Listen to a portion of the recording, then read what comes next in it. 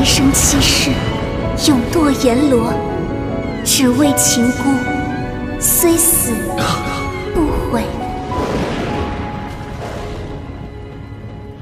Selamat datang di Narasi ID. Jangan lupa dukung channel ini dengan cara subscribe kawan. Langsung saja ke cerita. Orang tersembunyi. Hujan berhenti untuk sementara waktu, tetapi awan gelap masih tampak rendah di Cakrawala, berlapis-lapis, memberi orang perasaan tercekik. Gerbang utara kota Heyang dibuka lebar, tak terhitung orang biasa yang mengalir keluar dari kota, menuju ke utara, terdengar suara tangisan tanpa henti. Tidak ada yang bisa meramalkan dalam perjalanan ini, di mana tepatnya jalan di depan. Xiao Yichai memimpin murid-murid King Yun dan menjaga ketertiban di sepanjang jalan, terus meyakinkan rakyat jelata yang panik, berulang kali memberitahu rakyat jelata di sekitar mereka, bahwa ini hanya sementara, dalam beberapa hari setelah mereka mengalahkan binatang setan, setelah musibah, semua orang bisa kembali ke rumah mereka. Terus-menerus bekerja keras sepanjang hari, itu benar-benar melelahkan dan dehidrasi. Melihat antrian yang berliku-liku bergerak ke depan, Xiao Yichai diam-diam menggelengkan kepalanya, akan mengambil istirahat sejenak ketika dia melihat Long Shou Valley Lin Jingyu berdiri tidak jauh, juga terlihat kelelahan, dia berhubungan baik dengan Lin Jingyu dan berjalan, dengan lembut menepuk bahu Lin Jingyu.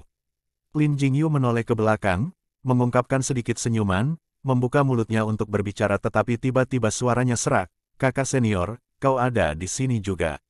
Xiao Yichai mengakui. Kedua mata bertemu dan kemudian melihat rakyat jelata di sekitarnya, keduanya menggelengkan kepala dan tersenyum pahit. Melihat ke arah jalan kuno menuju ke utara, melihatnya dari jauh, langit tampak suram juga, tidak ada jejak cahaya. Zhou Yixian, Xiao Huan dan Wild Dog Toys ada di antara kerumunan. Wild Dog Toys, karena sejumlah besar murid King Yun dan juga penampilan wajahnya yang aneh, menutupi sebagian besar wajahnya dengan topi kain, diikuti di belakang Zhou Yixian dan Xiao Huan. Zhou Yixian berjalan di antara kerumunan, melirik ke kanan dan kiri, mengerutkan kening, dari waktu ke waktu menghela nafas. Xiao Huan berbisik, "Kakek, ada apa?" Zhou Yixian menggelengkan kepalanya dan berkata, "Perang ini menyangkut nasib orang-orang tapi aku khawatir kemungkinan fraksi baik di King Yun Hill memenangkan perang ini tidak tinggi." Xiao Huan diam, tahu sedikit banyak alasan kata-kata Zhou Yixian. Sejak binatang iblis muncul di dunia fana, hanya dalam waktu singkat, dari perbatasan selatan ke Central Plains, menyapu semua rintangan, tak terkalahkan dan kekuatan tirani, brutal dan kejam, kerusakan yang dihasilkan sudah melampaui masa lalu bencana dan bencana alam. Dan sekarang, perlawanan terakhir dunia sebagian besar berkumpul di King Yun Hill, dan sebagian besar harapan orang-orang, kemungkinan besar berada di sekte legendaris King Yun yang menaklukkan formasi pedang Zuxian. Xiao Huan memaksakan senyum dan berkata, "Bukankah masih ada formasi pedang Zuxian, masih ada harapan."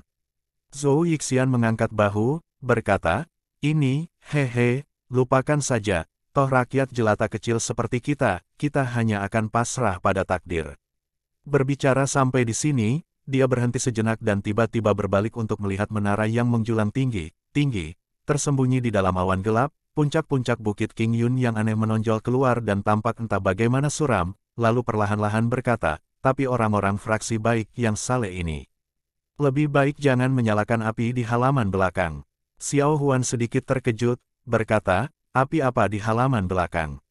Zhou Yixian tertawa aneh, menggelengkan kepalanya dan tidak menjawab, berjalan ke depan, Xiao Huan memelototinya, tidak repot-repot bertanya lebih lanjut, "Setelah semua dengan situasi saat ini, yang akan mood untuk khawatir untuk fraksi baik."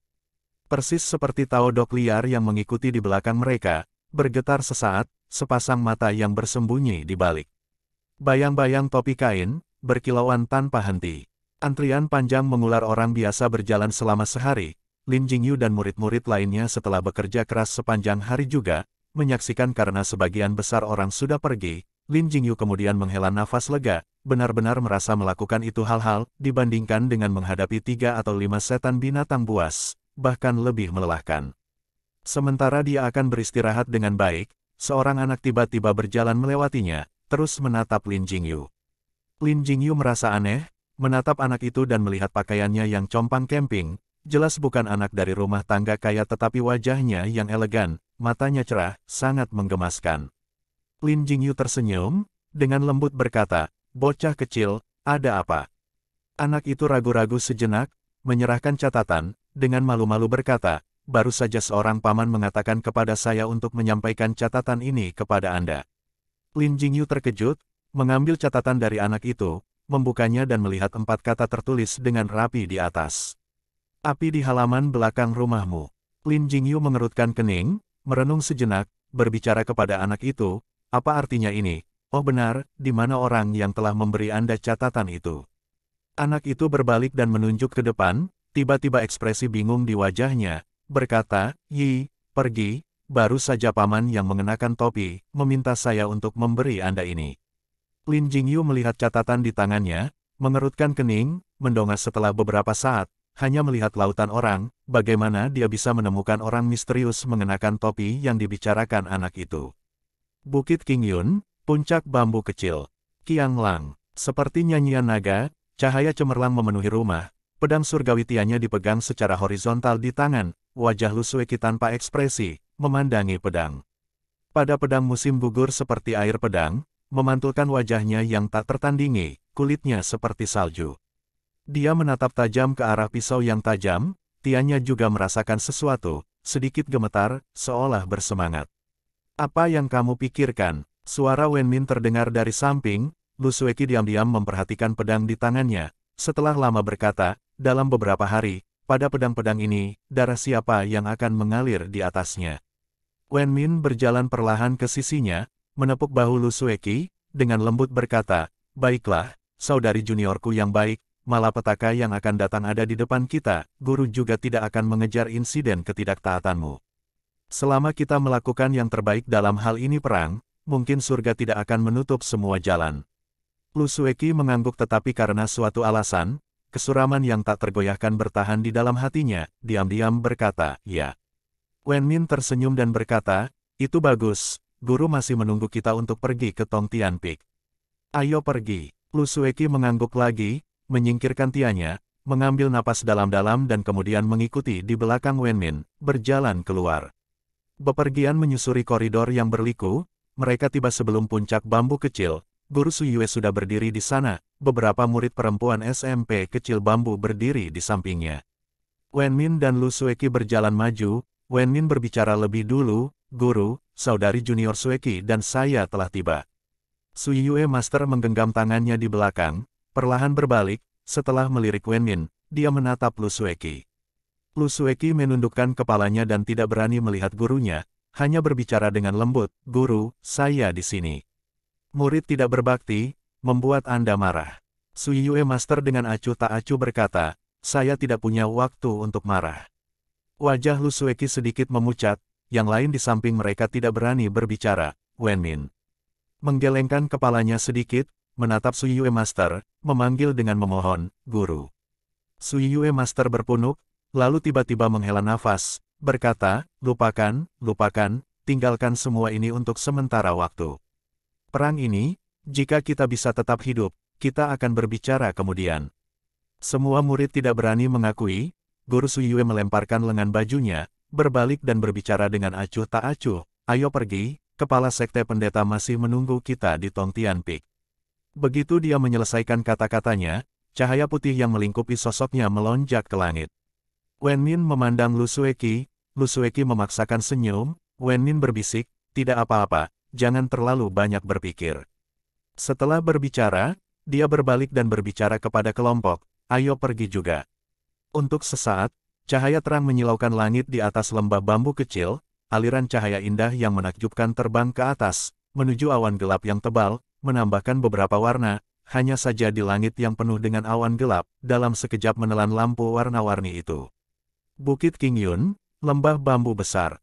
Song Daren membawa 5 saudara junior dan berdiri di luar Observed Silence Hall, menunggu penampilan Tian Buyi dan Suru. Hanya saja waktu itu sepertinya sudah lama berlalu, suami dan istri Tian Buyi masih belum muncul.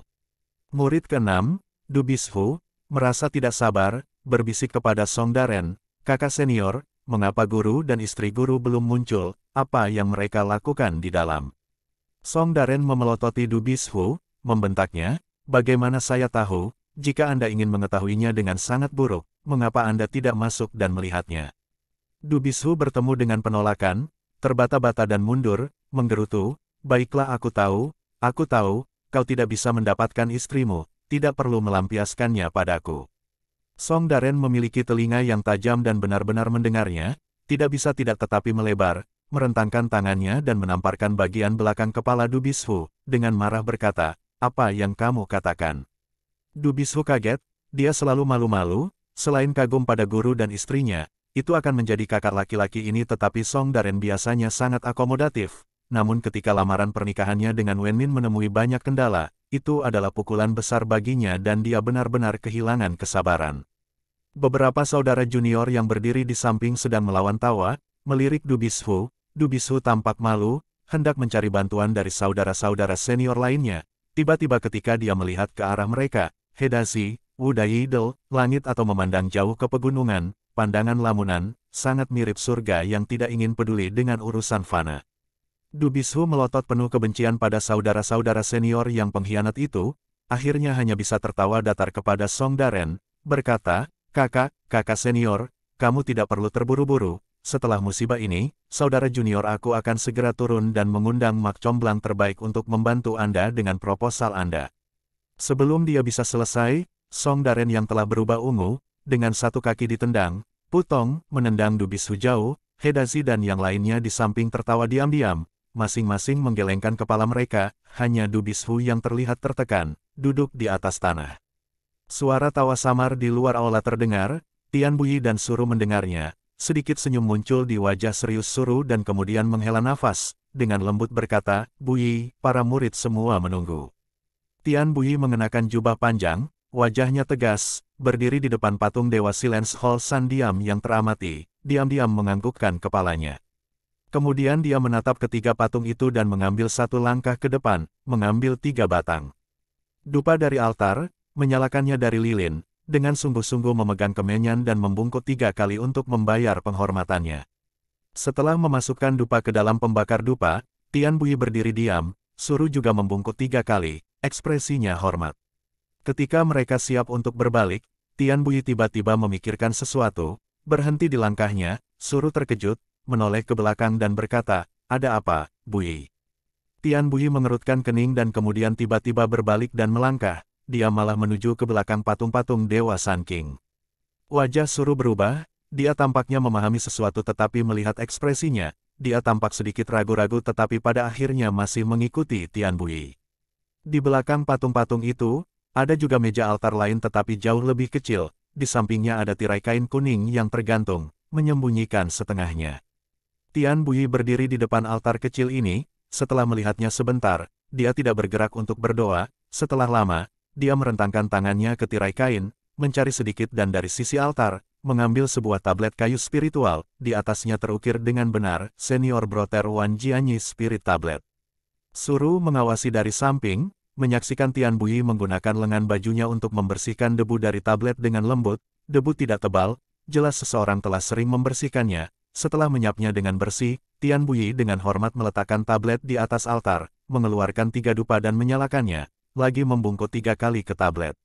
Wajah Suru acuh tak acuh, diam-diam berkata, "Buyi, mengapa kamu melakukan ini? Jangan katakan padaku pada saat ini, kamu masih berharap saudara senior Wan akan melindungi King Yun." Tian Buyi dengan dingin berkata, "Kakak senior Wan setelah semua berasal dari King Yun, dia memiliki udara yang sombong tetapi dia menempatkan sekte kita sebagai sangat penting. Jika dia tahu tentang acara hari ini, rohnya di surga pasti akan memberkati King Yun." Suru terdiam, setelah lama menggelengkan kepalanya, menghela nafas. Tian Buyi lagi melihat tablet untuk waktu yang lama kemudian perlahan berkata, "Ayo pergi." Ketika mereka berdua berjalan keluar dari aula pengamatan diam, Song Daren dan murid-murid lainnya telah lama menunggu di luar pintu. Tian Buyi melirik dari Song Daren ke Du Bishu, mengangguk, dia tidak tahu apa yang terjadi di antara keduanya, dari sudut matanya melihat asrama para murid yang pendiam di kejauhan, di matanya ada jejak ketidakberdayaan.